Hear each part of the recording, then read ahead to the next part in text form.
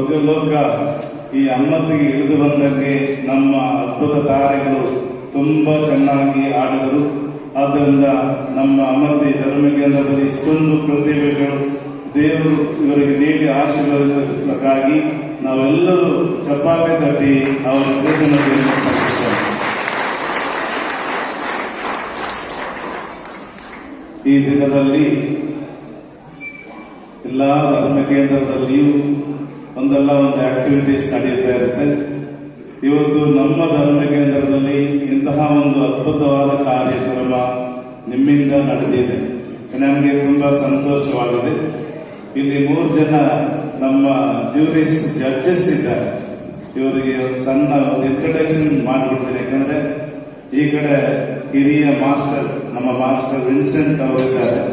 Vincent master ಅನ್ನು ಗೊತ್ತಿಲ್ಲದವರು ಯಾರೇ ಇಲ್ಲ ಅಲ್ವಾ? ಎಲ್ಲರೂ 8 ತಿಂದು ಓದಿರ್ಬೋದು.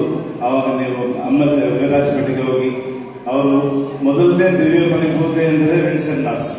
ಅವರು ಅಷ್ಟು ಸುಶ್ರಾವ್ಯವಾಗಿ ಹಾರ್ಮೋನಿಯಂ ನುಡಿದ ಸಂಗೀತ ನುಡಿಸುತ್ತಾ ದಿವ್ಯ ಬಲಿ ಪೂಜೆಯಲ್ಲಿ ಭಾಗವಹಿಸುವಂತ ಮಾಡುವಂತಹ ವ್ಯಕ್ತಿ. ಯಾವಾಗಲೂ ನಗು ನಗುತ್ತಾ ದೇವರ ಕಾರ್ಯದಲ್ಲಿ ತಮ್ಮನ್ನೇ ತೊಡಗಿಸಿಕೊಳ್ತಾರೆ ವಿನ್ಸೆಂಟ್ ಮಾಸ್ಟರ್ ಅವರು. ಈ ಕಡೆ ಮಧ್ಯದಲ್ಲಿರುವವರು ಚಾರ್ಲ್ಸ್ ಡಿಸೋಸ್ ಮಾಸ್ಟರ್. ಇವರು ನಿವೃತ್ತ ಪ್ರಾಂಶುಪಾಲರು, ಸರ್ಕಾರಿ ಕಾಲೇಜು ವಿರಾಜಪೇಟೆ ಮತ್ತು ಇನ್ನಿತರ ಕಡೆ ಕಾರ್ಯನಿರ್ವಹಿಸಿದ್ದಾರೆ. ಇವರು ಕೂಡ ತಮ್ಮದೇ ಆದ ಕೊಡುಗೆಯನ್ನು ಧರ್ಮ ಕೇಂದ್ರಕ್ಕೂ ಮತ್ತು ಸಂಗೀತಕ್ಕೆ ನೀಡಿದ್ದಾರೆ. ಅವರ ಮಗ ಕೂಡ ತುಂಬಾ ಅದ್ಭುತವಾದ ಕೀಬೋರ್ಡ್ ಪ್ಲೇಯರ್ಸ್ ಇದ್ದಾರೆ. ಈ ಕಡೆ ಮೆಲ್ವಿನ್ ಇದ್ದಾರೆ. ಮೆಲ್ವಿನ್ ಅವರು ನಿಮ್ಗೆ ಗೊತ್ತಿದೆ, ಜೀಸಸ್ ಯೂತ್ನಲ್ಲಿ ಸಕ್ರಿಯ ಹಾಡುಗಳನ್ನು ಅವರೇ ರಚಿಸಿ ಸಂಗೀತ ಹಾಕಿ ಹಾಡಿದ್ದಾರೆ.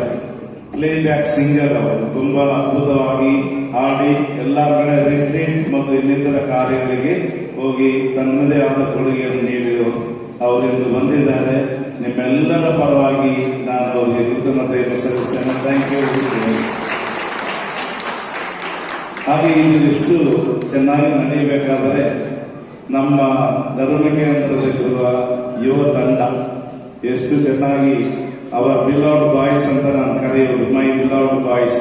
ಯಾಕಂದ್ರೆ ಅಲ್ಲಿರ್ಬೋದು, ಇಲ್ಲಿರ್ಬೋದು ಅಥವಾ ಕೇರಳಸ್ ಇರ್ಬೋದು, ಅವರ ಉತ್ಸಾಹ, ಅವರು ಮಾಡೋ ರಾತ್ರಿ 3:30 ಗಂಟೆ ಆದರೂ ಕೂಡ ಮಾಡ್ತಾರೆ.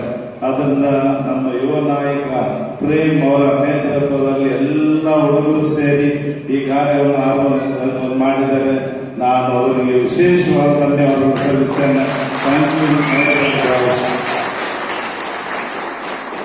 ಹಾಗೆಯೇ ಅಷ್ಟು ಸುಶ್ರಾವ್ಯವಾಗಿ ಎಲ್ಲಾ ರೀತಿಯಲ್ಲಿ ಇವತ್ತು ವೇದಿಕೆಗೆ ಬಂದು ಹಾಡಿದ ನಿಮಗೆ, ಯಾಕಂದ್ರೆ ಇನ್ನೂ ಅನೇಕರಿದ್ದಾರೆ, ಇನ್ನು ಬರಬೇಕು. ಯಾಕಂದ್ರೆ ಈ ಒಂದು ಕಾರ್ಯವನ್ನು ಏರ್ಪಡಿಸುವ ಉದ್ದೇಶನೇ ಅಲ್ಲಿಂದ ನೀವು ಇಲ್ಲಿ ಬರಬೇಕು, ಇಲ್ಲಿಂದ ಇನ್ನೂ ಲೋಕಕ್ಕೆ ನೀವು ಸಾರಬೇಕು.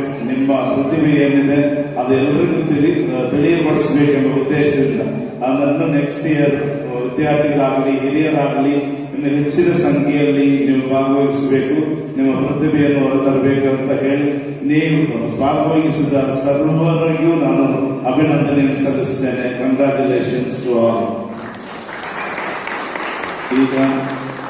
ಈಗ ನಾನು ಒಂದೇ 2 ಮಾತಿಗೆ ಬರ್ತೀನಿ. ಹಬ್ಬದ ಅಥವಾ ಇವತ್ತಿನ ಮಹತ್ವಕ್ಕೆ ಒಬ್ಬ ಪುಟ್ಟ ಬಾಲಕ ಇಮ್ಮಾನುವೇಲ್ ಎಂಬ ಒಬ್ಬ ಹುಡುಗ ಹೋಗ್ಬಿಟ್ಟು ಕೇಳ್ತಾ ಇದ್ದಾರೆ, ಸರ್ ದೇವರು ಯಾವ ಭಾಷೆ ಮಾತನಾಡ್ತಾರೆ? ಹೋಗ್ಬಿಟ್ಟು ಮೆಲ್ವಿನ ಹತ್ರ ಕೇಳೋದು, ದೇವರು ಯಾರು? ಅದು ಗೊತ್ತಿಲ್ಲ. ಹೋಗ್ಬಂದ್ರೆ ವಿನ್ಸೆಂಟ್ ಮಾಸ್ಟರ್ ಹತ್ರ ಹೋದ್ರು. ಹೀಗೆ ಹೋಗಿ ಅಮ್ಮತ್ತಿಯ ಒಂದು ಎಲ್ಲೆಯಲ್ಲಿ ಹೋಗುವಾಗ ಒಂದು ಸಣ್ಣ ಗುಡಿಸಲು, ಆ ಗುಡಿಸಲಲ್ಲಿ ಒಂದು ತಾಯಿ ಮತ್ತು ಪುಟ್ಟ ಮಗು ಇರ್ತಾರೆ. ಆಗ ಅಲ್ಲಿ ಹೋಗುವಾಗ ತಾಯಿ ಕೇಳ್ತಾರೆ, ಇಮ್ಮಾನುವೇಲ್ ಏನ್ ನಿನ್ ಸಂದೇಹ? ಎಲ್ಲ ಕಡೆ ಹುಡುಕ್ತಾ ಬರ್ತಾ ಇದೆಯಲ್ಲ, ಏನ್ ನಿನಗೆ ಸಂದೇಹ ಅಂತ ತಾಯಿ ಕೇಳ್ತಾರೆ. ಆಗ ತಾಯಿಗೆ ಇಮ್ಮಾನುವೇಲ್ ಹೇಳ್ತಾನೆ, ನನಗೆ ಒಂದು ಸಂದೇಹ, ದೇವರು ಯಾವ ಭಾಷೆ ಮಾತನಾಡ್ತಾರೆ ಅದನ್ನ ನಾನು ಹುಡುಕ್ತಾ ಬಂದಿನಿ, ಎಲ್ಲಿ ಉತ್ತರ ಸಿಗ್ತಾರಲ್ಲ.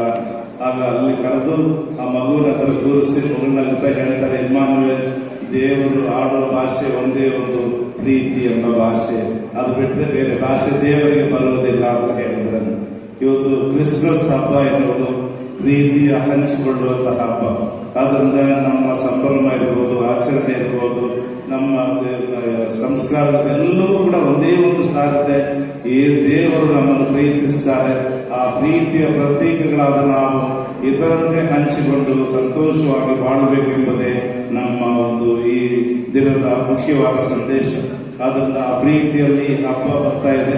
ಎಲ್ಲರೂ ನಿಮ್ಮ ಪ್ರೀತಿಯನ್ನು ಹಂಚಿಕೊಂಡು ನಗುನಗುತ್ತಾ ಸಂತೋಷದಿಂದ ನಿಮ್ಮ ಕುಟುಂಬದವರೊಂದಿಗೆ, ಮಕ್ಕಳೊಂದಿಗೆ, ಮಡದಿ ಮಕ್ಕಳೊಂದಿಗೆ ನೀವು ಸಂತೋಷವಾಗಿ ಈ ಹಬ್ಬವನ್ನು ಆಚರಿಸಿ ಅಂತ ನಾನು 2 ಮಾತನ್ನು ಮುಗಿಸ್ತೇನೆ. Thank you. God bless you.